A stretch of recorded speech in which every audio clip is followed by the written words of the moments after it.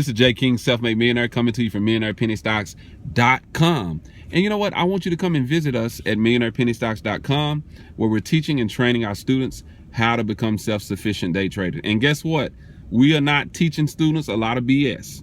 At the end of the day, how many people know this? That if you're trading, or if you're a trader, that you have to be transparent. There's so many people that lose money in the stock market, and they don't want to keep it 100. They don't want to keep it real. They just want to show you a golden candlestick, or they want to show you money, but they don't want to teach you the reality. There's a reality of trading. And in trading, one of the most important things is learning to manage your risks. And that's what I had to learn, man. I started trading at 19, and I made a lot of money. I'm gonna be honest with you, I made a lot of money, but that money was being made through luck and not skill.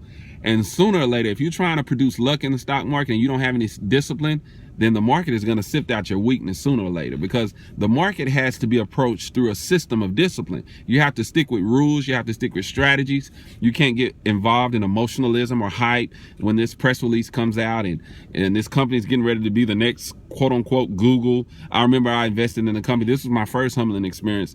I invested in a company and it was MAMA, Mama Stock, and it was supposed to be the next Google of Canada. And you know what? A brother trading a stock, that's supernatural right there. How many know that? I mean, a brother learning how to trade, and I didn't know. A lot of my brothers didn't know how to trade. I'm just gonna be real and 100 with you. But I was one that tapped in at an early age, but I just wasn't trading with discipline. I wasn't trading with skill. That was the only thing I was missing in the beginning. So when I traded this stock, I traded it off of speculation and news instead of looking at the charts, looking at the daily charts, looking at the weekly charts. And I used to do that, and I had to learn the main focus is price action, momentum, volatility, and value. But I traded this stock off of emotionalism and off of some hype news, right? And so I lost close to $500,000, bro.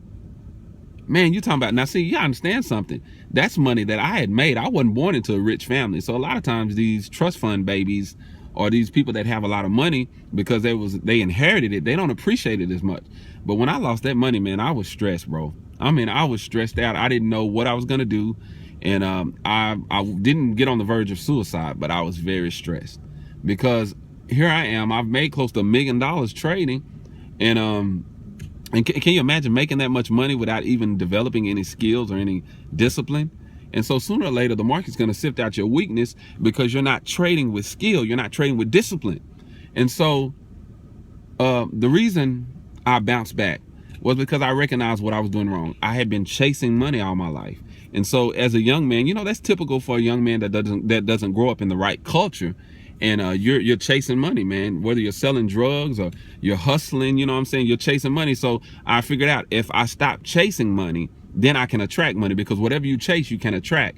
And so what I started doing is instead of chasing money, I replaced it with education. And I started getting around people that could coach me, that could train me, that could mentor me as it related to the stock market.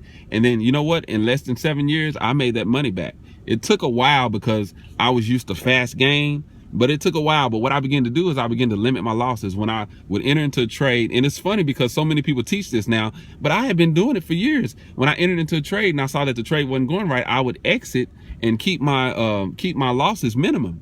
And then I would end up maximizing my profit when I entered into a trade that did well. And I didn't know that this was something that you're supposed to do. You're supposed to minimize your risk and maximize your profit. You manage your risk by trading with discipline. And